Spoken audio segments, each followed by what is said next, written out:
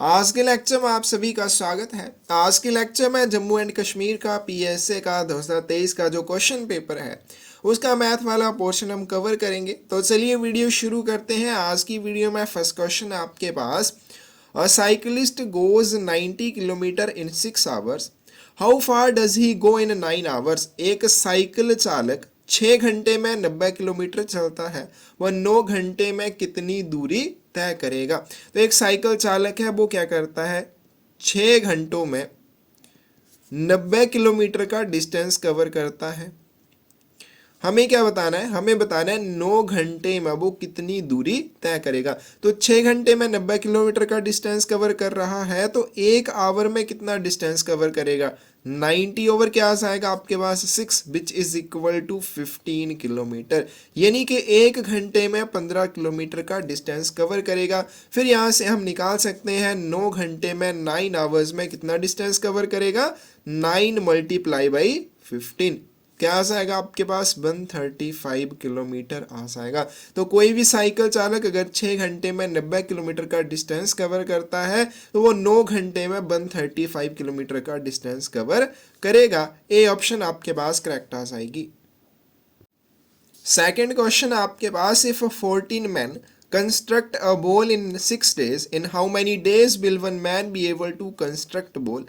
यदि 14 आदमी 6 दिनों में एक दीवार बना सकते हैं तो एक आदमी कितने दिनों में दीवार बना पाएगा। तो इसके लिए क्या फॉर्मूला होता है, जब भी आपके पास इस तरह की कंडीशन दी हो, m1 d1 upon w1 is equal to m2 d2 divide में आता है w2। अब देखो दीवार तो सेम है, इसलिए w1 और w2 क्या हो जाएंगे, सेम, तो इन दोनों को आप कैंसिल कर सकते हैं। फिर आपके पास क्या बच जाता है, आपके पास बच जाता है m1 d1 is equal to m2 d2। अब m1 और d1 हमारे पास कितने दे रखे हैं, m1 फर्स्ट कंडीशन में कितने आदमी थे आपके पास, 14 आदमी थे, और टाइम कितना था, 6 दिन का टाइम था। तो इतने समय में इतने आदमी क्या करते हैं, एक दीवार बनाते हैं। सेकंड कंडीशन में आपके पास m2 दे रखा है, m2 कितना दिया हुआ है, केवल एक आदमी दे रखा है, तो यहाँ पे एक आ जाएगा और मल्टीप्लाई क्या आ जाएगा, d2 आ जाएगा। ये हमें निकालना है कि एक आदमी उसी दीवार को कितने दिनों में बनाएगा। तो यहाँ से हम d2 निकाल सकते हैं, d2 इज इक्वल टू क्या हो जाएगा, 14 multiply by 6 which is equal to 84 days, यानी कि एक अकेला आदमी उसी दीवार को 84 दिनों में बना सकता है। तो ये फॉर्मूला बहुत ज़्यादा इंपॉर्टेंट है, m1 d1 is equal to m2 d2 आस आएगा। तो m1 आपके पास 14 दे रखा है, d1 आपके पास 6 दे रखा है, m2 आपके पास 1 दे रखा है, और d2 आपको यहाँ से निकालना है, वो आस आएगा 84। सी ऑप्शन करेक्ट आ जाएगी। नेक्स्ट क्वेश्चन है आपके पास, if 6 books cost ₹54 find the cost of 1 book. यदि 6 किताबों की कीमत 54 रुपये है तो एक किताब की कीमत ज्ञात कीजिए। 6 बुक्स के लिए आपको कितना प्राइस दे रखा है, 54 रुपीज़ दे रखा है, तो एक बुक के लिए कितना आ जाएगा, इज इक्वल टू 54 ओवर 6 आ जाएगा, तो कितना आएगा 9 रुपीज़ आ जाएगा। बी ऑप्शन यहाँ पे आपके पास करेक्ट हो जाएगी। नेक्स्ट चलते हैं, नेक्स्ट क्वेश्चन आपके पास, find the average of first 5 multiple of 15। 15 के पहले 5 गुणजों की औसत आपको निकालनी है। तो फर्स्ट जो 5 मल्टीपल्स ऑफ 15 आर, 15 के जो पहले 5 गुणज हैं वो कौन कौन से आ जाएंगे। तो 15 एकम 15, 15 दूने 30, 45, 60 और कितना आ जाएगा आपके पास 75। तो ये क्या आ जाएंगे आपके पास, 15 के पहले 5 गुणांक आ जाएंगे। इनकी क्या निकालनी है, आपको एवरेज निकालनी है। तो एवरेज क्या आ जाएगी, इन सभी को हम क्या करेंगे, ऐड, जो भी आपके पास संख्याएं दी होती हैं उनको क्या करते हैं, ऐड करेंगे। 15 प्लस 30 प्लस 45 प्लस 60 प्लस क्या आ जाएगा 75, और डिवाइड में क्या आ जाएगा, टोटल आपके पास कितनी संख्याएं हैं, 1 2 3 4 और 5 आ जाएंगी। इनको ऐड कर लेंगे, क्या आ जाएगा 5 5 10 5 15 एक रह जाएगा 7 1 8 6 14 4 18 3 21 और कितने आएंगे 22। तो 225/5, 5 चौके 20, 2 रह जाएंगे 5 पंजे 25। तो क्या आ जाएगी आपके पास इन सभी की एवरेज 45 आ जाएगी। और जब भी आपके पास इस तरह से आपको क्वेश्चन दिया जाएगा तो उसमें जो भी आपका सेंटर वाला रहेगा वो आपकी एवरेज में आ जाएगा। तो दो देखिए यहाँ पे इस साइड को छूट के दो इस साइड को रह जाएंगे, सेंटर वाला कौन सा आया आपके पास 45 आया। तो इस तरह से भी आप आंसर जल्दी से निकाल सकते हैं। कौन सी ऑप्शन करेक्ट आ जाएगी आपके पास, ए ऑप्शन करेक्ट आ जाएगी। नेक्स्ट चलते हैं, नेक्स्ट क्वेश्चन आपके पास एवरेज निकालनी है आपको। एवरेज निकालने के लिए क्या दे रखा है 45, 45। नेक्स्ट चलते हैं 44, फिर 44 है 43, 43। इन सभी की आपको क्या निकालनी है, एवरेज निकालनी है। एवरेज क्या आ जाएगी, इन सभी को ऐड करेंगे प्लस 45 प्लस आगे चलते हैं 44 प्लस 44 प्लस 43 प्लस 43 डिवाइड में क्या आ जाएगा, टोटल कितनी संख्याएं हैं 1 2 3 4 5 और 6 संख्याएं हैं। इनको ऐड कर लेंगे 3 3 6, 4 10, 4 14, 5 19 और 5 24। 2 रह जाएंगे 4 2 6, 4 10, 4 14, 4 18, 4 22 और 4 26। तो 264 डिवाइड में क्या आ जाएगा आपके पास 6 आ जाएगा। 6 चौके 24, ठीक है, यहाँ पे 26 है, 2 बच जाएंगे, 6 चौके 24। तो इसकी एवरेज क्या आ जाएगी आपके पास 44 आ जाएगी। ए ऑप्शन आपके पास करेक्ट हो जाएगी। नेक्स्ट क्वेश्चन आपके पास, man bought toffees at 6 for a rupee, how many for a rupee must he sell to gain 20%। एक आदमी ने 1 रुपये में 6 टॉफियां खरीदी, 20% लाभ प्राप्त करने के लिए उसे 1 रुपये में कितनी टॉफियां बेचनी होंगी। तो यहाँ पे आपको दे रखा है सेलिंग, पहले सबसे पहले दे रखा है आपको कॉस्ट प्राइस ऑफ, ठीक है, कॉस्ट प्राइस ऑफ 6 टॉफीज कितना दे रखा है आपके पास 1 रुपया, कि एक व्यक्ति है उसने 1 रुपये में 6 टॉफियां खरीदी। आगे चलते हैं, नेक्स्ट चलते हैं। अब क्या करना है, उसको ये बेचनी है लेकिन उसको 20% का इनके ऊपर लाभ चाहिए। तो इसके लिए वो क्या कर सकता है, फॉर गेन 20%, तो सेलिंग प्राइस क्या होना चाहिए, selling price of 6 toffees is equal to क्या होना चाहिए आपके पास 1 रुपया, तो ऑलरेडी उसने खरीदी है 1 रुपये में, प्लस उसको क्या चाहिए 20% का लाभ चाहिए, उसको प्रॉफिट चाहिए। तो किस तरह से आ जाएगा 1 + 20% ऑफ क्या आ जाएगा 1 आ जाएगा, विच इज इक्वल टू क्या हो जाएगा 1 + % 20 बटे क्या आ जाएगा 100, which is equal to 1 + 1/5, which is equal to क्या आ जाएगा 5। यहाँ से एलसीएम आ जाएगा 5 और ये कितने आएंगे 6, 6/5 रुपये। ठीक है, तो अगर उसको क्या करना है 20% का लाभ चाहिए तो उसको 6 टॉफियां 6/5 रुपये में बेचनी होंगी। ठीक है, यहाँ पे क्या आ जाएगा for 6/5 rupees number of toffees sold कितनी आ जाएंगी उसको, अगर उसको 20% का लाभ चाहिए, ठीक है, अगर उसको 20% का लाभ चाहिए तो उसको 6 टॉफियां जो है वो 6/5 रुपये में बेचनी होंगी। तो यहाँ पे 6 आ जाएगा। तो अगर उसको 1 रुपये की बात करें, क्योंकि हमें तो बताना है 1 रुपये में कितनी टॉफियां बेचनी है, ये तो हमने निकाल लिया कि 6/5 रुपये में 6 टॉफियां बेचनी पड़ेंगी, तब उसको 20% का लाभ होगा। अब हमें निकालना है 1 रुपये में वो कितनी टॉफियां बेचे, तो for ₹1 number of toffees sold क्या आ जाएगा आपके पास, ठीक है, 6 गुने इसको हम इधर ले जाएंगे 5 बटे क्या आ जाएगा 6 आ जाएगा, 6 से 6 कैंसिल हो जाएंगे इज इक्वल टू 5 रह जाएगा। यानी कि उसको 1 रुपये में 5 टॉफियां बेचनी होंगी अगर उसको क्या चाहिए 20% का लाभ चाहिए। तो यहाँ पे सबसे पहले हमारे पास दिया है कॉस्ट प्राइस, कि वो क्या करता है 1 रुपये में 6 टॉफियां खरीदता है। तो कॉस्ट प्राइस कितनी आ जाएगी 6 टॉफियों की 1 रुपया आ जाएगी। अब उसको क्या चाहिए 20% का लाभ चाहिए। तो 20% का लाभ कमाने के लिए सेलिंग प्राइस क्या होना चाहिए 6 टॉफियों का, तो 1 रुपया तो ऑलरेडी है, ठीक है, 1 रुपये में तो उसने खरीदी है, प्लस उसको 20% का क्या चाहिए, यहाँ पे लाभ चाहिए। तो 1 रुपये का 20% कितना आएगा, 1/5 आएगा। तो यानी कि उसको 20% का लाभ कमाने के लिए 6 टॉफियों को 6/5 रुपये में बेचना होगा। अब 6/5 रुपये में वो 6 टॉफियाँ बेचता है, तो 1 रुपये में कितनी टॉफियाँ बेचेगा वो, 6 गुने 5/6 आएगा, 5 टॉफियाँ। तो उसको 5 टॉफियाँ बेचने पर 20% का लाभ मिलेगा। ए ऑप्शन करेक्ट आएगी। नेक्स्ट क्वेश्चन चलते हैं। क्वेश्चन आपके पास, TV is purchased at ₹5,000 and sold at ₹4,000, find the loss percent. एक टीवी है 5,000 रुपये में खरीदा जाता है और उसे 4,000 रुपये में बेच दिया जाता है। आपको हानि जो है वो यहाँ पे बतानी है। तो सबसे पहले यहाँ पे कॉस्ट प्राइस कितना आ जाएगा, 5,000 रुपये, क्योंकि इसको 5,000 रुपये में खरीदा गया तो इसका कॉस्ट प्राइस आ गया आपके पास 5,000 रुपये। आगे चलते हैं, जब इसको बेचा गया तो सेलिंग प्राइस कितना है इसका, 4,000 रुपये।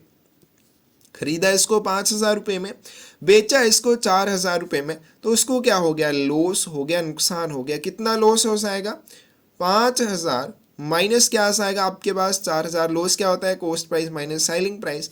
तो कितना आ जाएगा, 1,000 रुपये। ये उसको क्या हुआ, लॉस। हमें क्या निकालना है, लॉस परसेंट निकालना है। तो लॉस परसेंट के लिए क्या फॉर्मूला होता है, लॉस ओवर कॉस्ट प्राइस। तो जब भी कुछ भी होता है, चाहे वो लॉस हो चाहे वो प्रॉफिट हो, किसके ऊपर होता है, कॉस्ट प्राइस के ऊपर ही होगा। तो loss over cost price multiply by 100, ये आपके पास लॉस परसेंट आ जाएगा। तो लॉस कितना हुआ उसको, 1,000 रुपये का, और कॉस्ट प्राइस कितना था उसका, 5,000 रुपये, मल्टीप्लाई क्या आ जाएगा आपके पास, 100% आ जाएगा। तो यहाँ से हमारे पास 2 जीरो कैंसिल हो जाएंगी, 1 जीरो से ये चला जाएगा, 5 दूनी 10, यहाँ पे क्या आ जाएगा, 20% आ जाएगा। तो उसको कितने प्रतिशत का नुकसान होता है, 20% का नुकसान होता है। नेक्स्ट चलते हैं। क्वेश्चन नंबर है आपके पास 68। A man buys an article for ₹27.50 and sells it for ₹28.60. Find his gain percentage. एक व्यक्ति ने क्या किया, एक वस्तु ₹27.50 में खरीदी और ₹28.60 में उसको बेच दिया। उसको कितने प्रतिशत का लाभ होता है। तो यहाँ पे इसका जो कॉस्ट प्राइस था वो कितना था, 27.50 रुपीज़, और वहीं पे इसके सेलिंग प्राइस की यानी कि कितने रुपए में इसको बेचा गया, 28.60 रुपीज़ में बेचा गया। तो यहाँ से हम क्या निकाल सकते हैं, प्रॉफिट निकाल सकते हैं। प्रॉफिट क्या आ जाएगा आपके पास, selling price minus cost price, 28.60 minus 27.50 कितना आ जाएगा, 1, और यहाँ पे कितना आ जाएगा, 1, यानी कि उसको 1.1 रुपये का प्रॉफिट होता है। लेकिन हमें क्या बताना है, प्रॉफिट परसेंट बताना है। तो प्रॉफिट परसेंट क्या आ जाएगा, प्रॉफिट ओवर, अब प्रॉफिट भी हमेशा किसके ऊपर होगा, कॉस्ट प्राइस के ऊपर होगा, मल्टीप्लाई क्या आ जाएगा, 100% आ जाएगा। तो यहाँ से उसका प्रॉफिट कितना है, 1.1 रुपीज़ का। कॉस्ट प्राइस की बात करें तो 27.5 रुपये का, मल्टीप्लाई क्या आ जाएगा, 100 आ जाएगा। ये दशमलव से ये दशमलव चली जाएगी, फिर क्या बच जाएगा, 11 गुने 100/275, 1100 बटे क्या आ जाएगा आपके पास, 275। अब 275 ही किससे चले जाएंगे, 4 से, 5 चौके 20, 2 रह जाएंगे, 7 चौके 28 और 2 30, 3 रह जाएंगे, 4 दूनी 8 और 3 11, यानी कि 275 चौके 1100 आ जाएंगे, इज इक्वल टू 4% आ जाएगा। तो ये क्या आ जाएगा आपके पास, 4% का प्रॉफिट आ जाएगा अगर उस व्यक्ति ने ₹27.50 में कोई भी वस्तु खरीदी और उसको ₹28.60 में बेच दिया। नेक्स्ट क्वेश्चन आपके पास, the price of an apple first increased by 10% and then decreased by 10%, but is the change in price of apple. एक सेब की कीमत पहले 10% बढ़ी और फिर उसके बाद 10% घट गई, सेब की कीमत में क्या बदलाव हुआ। तो किस तरह से आ जाएगा, तो इसमें सबसे पहले हम मान लेते हैं, let the original price of Apple, कि जो एप्पल था उसकी जो शुरुआती कीमत थी या उसका जो वास्तविक मूल्य था वो था 100 रुपये। अब क्या होता है, सबसे पहले 100 रुपये में वो बेच रहा था, ठीक है, या उसका प्राइस जो वो 100 रुपये था, इसमें क्या हो जाता है, 10% की वृद्धि हो जाती है। तो आफ्टर इंक्रीजिंग 10%, न्यू जो आपके पास इसका प्राइस आएगा वो कितना आ जाएगा, 100 रुपया पहले था, प्लस क्या आ जाएगा 10% ऑफ 100 रुपये, क्योंकि इसमें क्या हुआ 10% की वृद्धि हो जाती है। क्या आ जाएगा आपके पास 100 प्लस 10/100 गुने 100 आ जाएगा, इससे ये कैंसिल हो जाएगा, 100 प्लस 10 आ जाएगा विच इज इक्वल टू हो जाएगा आपके पास 110 रुपये। तो जब 10% की वृद्धि हो जाती है, सबसे पहले इसका ओरिजिनल प्राइस था 100 रुपये, इसमें 10% की वृद्धि हो जाती है, 10% की वृद्धि होने के बाद इसका जो नया प्राइस आ जाएगा वो कितना आ जाएगा 110 रुपये। अब उसके बाद फिर से क्या होता है, एंड देन डिक्रीज्ड बाई 10%, अब इसका मूल्य 110 रुपये हो गया, फिर उसके बाद इसकी जो वैल्यू थी या इसका जो प्राइस था वो 10% कम हो जाता है। तो अगेन क्या आ जाएगा आपके पास, again new price after 10% decrease. ठीक है, जब 10% की फिर से कमी हो जाती है तो नया प्राइस क्या आ जाएगा 110 रुपये, माइनस क्या आ जाएगा 10% ऑफ 110 रुपये। ये आपके पास इस तरह से बन जाएगा। तो इसको आगे हम सोल्व कर सकते हैं। क्या आ जाएगा आपके पास 110 माइनस 10/100 गुने 110, तो यहाँ से ये कैंसिल हो जाएगा, क्या बच जाएगा 110 minus 11 which is equal to 99 rupees. शुरुआती प्राइस कितना था 100 रुपये मानना, उसके बाद 10% की वृद्धि हुई, नया प्राइस आपके पास 110 रुपये आ गया, फिर उसके बाद फिर से 10% की इसमें क्या हो गया, इसमें डिक्रीज ये हुआ या इसकी जो प्राइस थी वो कम हो गई। तो कितनी कम हुई, फिर से 10% कम हुई, लेकिन अब 110 के अकॉर्डिंग ये कम हुई है। तो 110 माइनस 10% ऑफ 110 क्या आ जाएगा आपके पास, नई वैल्यू या फाइनल वैल्यू 99 रुपीज़ आ जाएगी। अब शुरुआत में 100 रुपये थी, अब कितनी आ गई 99। तो इसमें जो चेंज आई, ठीक है, नेट जो आपके पास चेंज आ गई इसमें वो कितनी आ गई, is equal to 100 minus 99 which is equal to 1 rupees. और इसका जो चेंज परसेंट है वो भी कितना आ जाएगा 1% आ जाएगा। Change percent is equal to क्या होता है, जो भी चेंज हुई डिवाइड में आपके पास जो भी ओरिजिनल प्राइस था मल्टीप्लाई बाई 100। तो यहाँ से हम इसको निकाल सकते हैं। चेंज कितनी हुई 1 रुपये की, ओरिजिनल प्राइस कितना माना हुआ है 100 रुपये, और इसमें मल्टीप्लाई करना है 100 से, तो ये कैंसिल हो जाएंगे, कितना बच जाएगा 1% बच जाएगा। तो 1% की इसमें क्या हुई, चेंज हुई। तो कौन सी ऑप्शन करेक्ट आ जाएगी आपके पास, यहाँ पे बी ऑप्शन जो है करेक्ट आ जाएगी। नेक्स्ट क्वेश्चन आपके पास 5% of 5% of 100, 5% of 5% of 100 rupees का हमें बताना है क्या आ जाएगा। तो इसका मतलब 5/100, ऑफ का मतलब क्या होता है मल्टीप्लाई, इसका मतलब भी 5/100 गुने क्या आ जाएगा 100 आ जाएगा। ये कैंसिल हो जाएगा, 5 से यहाँ पे रह जाएंगे 20 और 5 एकम 5, 5 चौके 20, 1/4 कितना होता है 0.25। ठीक है, इसको डिवाइड भी कर सकते हैं, 1/4, 4 0 0, यहाँ पे दशमलव लग गया, यहाँ पे 10 हो जाएंगे, एक 0 यहाँ पे ऐड कर ली, 4 दूनी 8 आ जाएंगे, फिर यहाँ पे 2 रह जाएंगे, आगे चलते नहीं जाता, फिर से 0 लगी, 4 पंजे 20। ठीक है, कितना आ गया आपके पास 0.25 रुपीज़ आ जाएगा। नेक्स्ट चलते हैं, नेक्स्ट क्वेश्चन आपके पास, if 20% of an electricity bill deducted then ₹100 still to be paid, how much was the original bill. अगर बिजली बिल का 20% कट जाए तब भी 100 रुपये अभी चुकाने होंगे, मूल बिल जो है क्या हो जाएगा। तो सबसे पहले यहाँ पे आपके पास ये रखा है कि एक इलेक्ट्रिसिटी बिल था, उसका केवल 20% काटा गया, फिर भी आपके पास 100 रुपये आपको अभी चुकाने हैं। तो मूल बिल जो है वो क्या आ जाएगा, अगर 20% काट लिया यानी कि पेड बिल कितना है यहाँ पे 20%, तो आपके पास जो रिमेनिंग बिल बच जाएगा, रिमेनिंग बिल कितना आ जाएगा 100% माइनस 20%, क्या जो भी काटा गया कितना बच जाएगा 80% बच गया। अब ये जो 80% दिया हुआ है ओरिजिनल बिल का वो कितना दे रखा है आपको 100 की, ये आपको अभी भी पे करना है। आपने 20% जो है वो डिडक्ट कर लिया, 20% डिडक्ट कर लिया, इसका मतलब 80% आपके पास बच गया, 80% बच गया जो आपके पास दिया हुआ है 100 रुपये के बराबर। तो यहाँ पे मान लेते हैं कि लेट ओरिजिनल जो बिल था वो कितना था आपके पास x रुपीज़ था। अब 80% ऑफ x आपके पास दिया हुआ है कि जो बच गया वो कितना है 100 रुपीज़, यानी कि जो ओरिजिनल बिल था उसका 80% कितना दे रखा है आपके पास 100 रुपये दे रखा है। तो यहाँ से हम इसको सॉल्व कर लेंगे।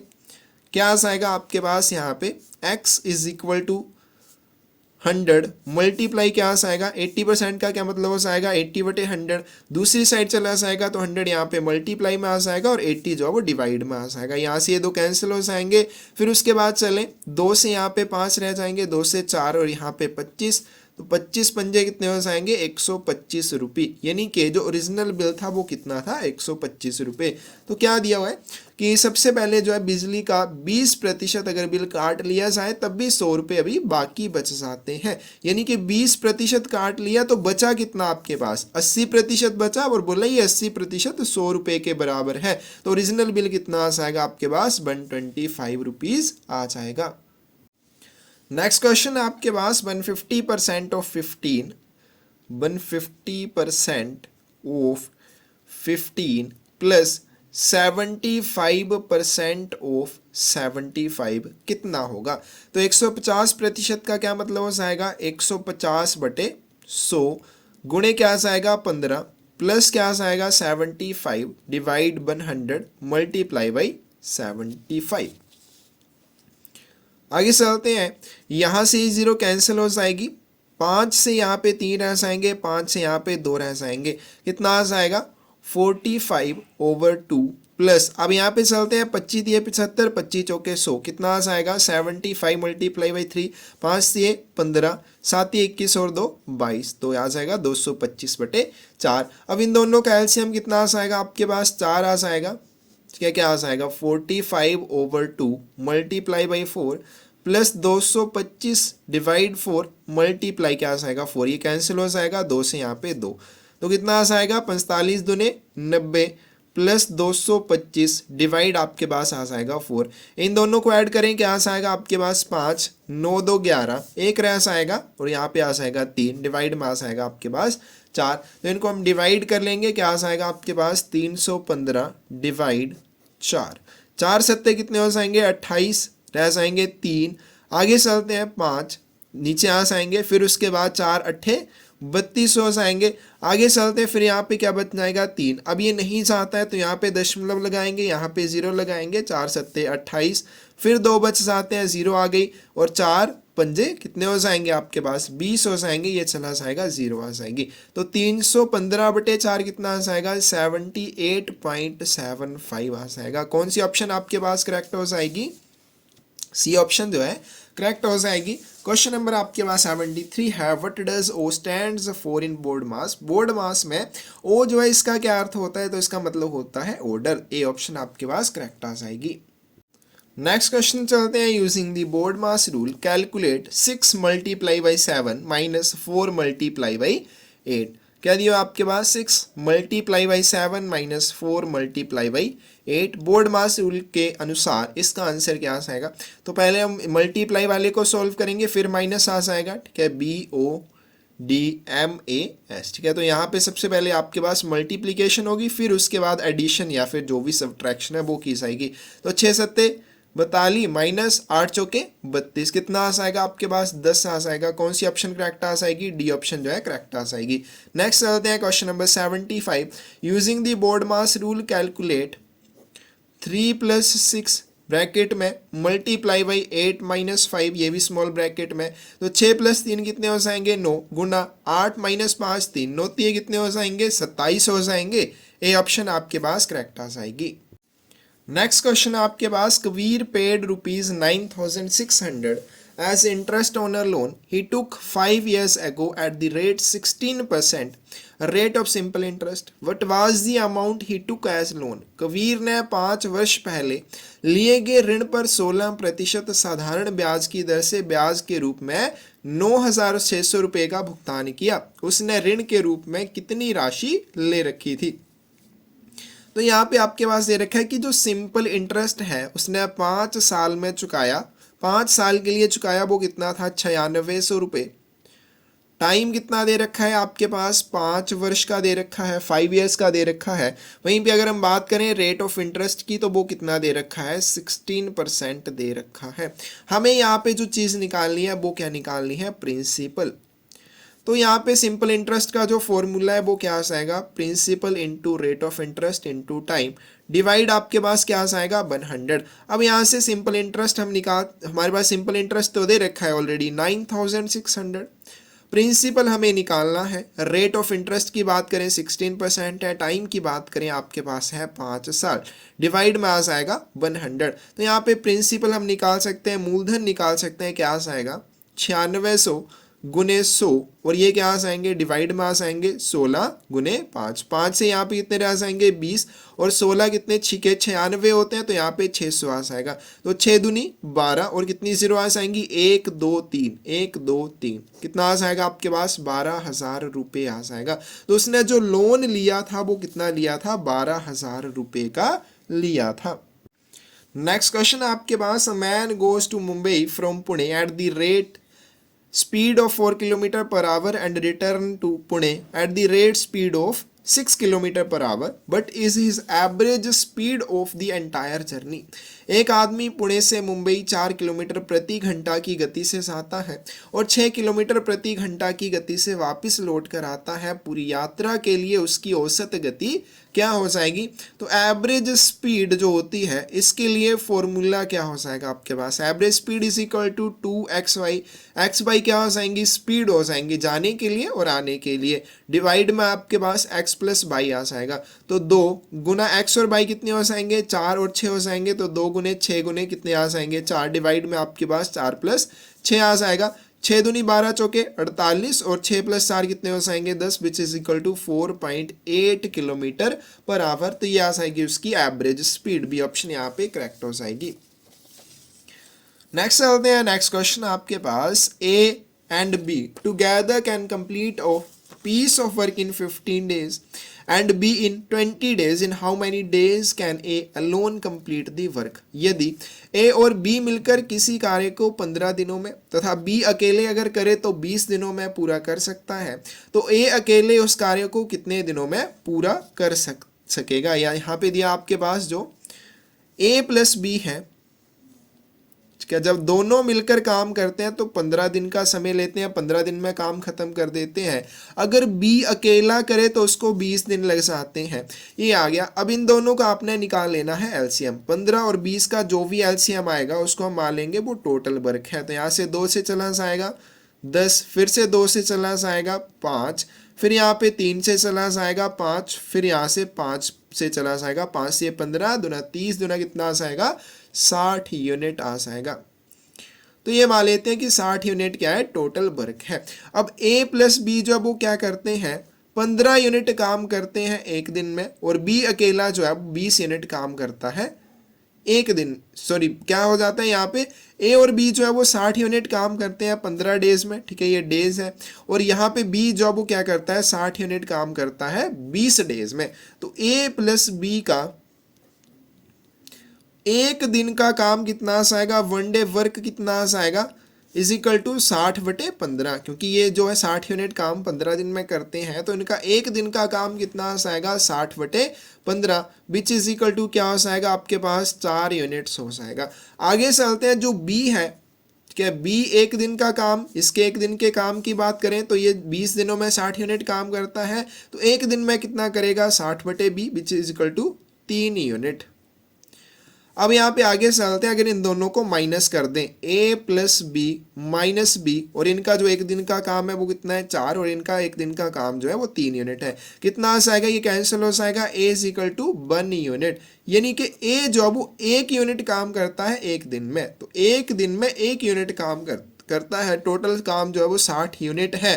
तो यहाँ पे क्या आ जाएगा a को कितना टाइम लगेगा 60 यूनिट काम पूरा करने के लिए 60/1 which is equal to 60 days, यानी कि ए अकेला इस काम को 60 दिनों में पूरा करेगा। तो ए प्लस बी जो है वो 15 दिनों में 60 यूनिट काम करते हैं, बी जो है वो 20 दिनों में 60 यूनिट काम करता है। तो ए प्लस बी जो है एक दिन में 4 यूनिट काम करेंगे, बी जो है वो 3 यूनिट काम करेगा। इसी तरह से हम ए निकाल सकते हैं, एक दिन में 1 यूनिट काम करता है तो 60 यूनिट काम करने के लिए उसको 60 दिन का ही टाइम लगेगा। कौन सी ऑप्शन आपके पास यहाँ पे करेक्ट आ जाएगी, ए ऑप्शन करेक्ट आ जाएगी। नेक्स्ट क्वेश्चन चलते हैं। Car uses 20 litres petrol for 100 kilometre, how far it will run for 5 litres. एक कार 100 किलोमीटर तक 20 लीटर पेट्रोल का उपयोग करती है, 5 लीटर में ये कितनी दूर तक चलेगी। क्या दिया आपके पास, अगर इसके अंदर 20 लीटर पेट्रोल है तो ये कितने किलोमीटर चली जाएगी, 100 किलोमीटर चली जाएगी। यानी कि 1 लीटर पेट्रोल में कितना चली फिर, 100/20, तो कितना आ जाएगा आपके पास, 5 किलोमीटर चलेगी। तो इसी तरह से अगर इसमें कितना लीटर तेल है, 5 लीटर तेल है, तो कितना डिस्टेंस कवर करेगी, 5 गुने 5, 1 लीटर में 5 किलोमीटर, तो 5 लीटर में 5 गुने 5 kilometre which is equal to 25 kilometre आ जाएगा। और लास्ट क्वेश्चन आज की वीडियो का आपके पास, if 5 litres milk cost ₹200 but is the cost of 3 litres milk. यदि 5 लीटर दूध की कीमत 200 रुपये है तो 3 लीटर दूध की कीमत क्या आ जाएगी। 5 लीटर दूध के लिए बोला है 200 रुपीज़ इसकी कॉस्ट है, 1 लीटर की कितनी आ जाएगी, 200/5 which is equal to 40 rupees. हमें क्या बताना है, 3 लीटर दूध की कीमत कितनी आ जाएगी, 40 गुने 3, 4 12, 120 रुपये आ जाएगी। कौन सी ऑप्शन करेक्ट आ जाएगी आपके पास, ए ऑप्शन करेक्ट आ जाएगी। तो ये था आपके पास जम्मू एंड कश्मीर का पीएसए का 2023 का जो क्वेश्चन पेपर है उसका मैथ वाला पोर्शन। किसी भी क्वेश्चन में आपको डाउट हो आप कमेंट सेक्शन में पूछ सकते हैं, कोई भी आपको गलती नजर आए तो उसके लिए भी आप बता सकते हैं। धन्यवाद।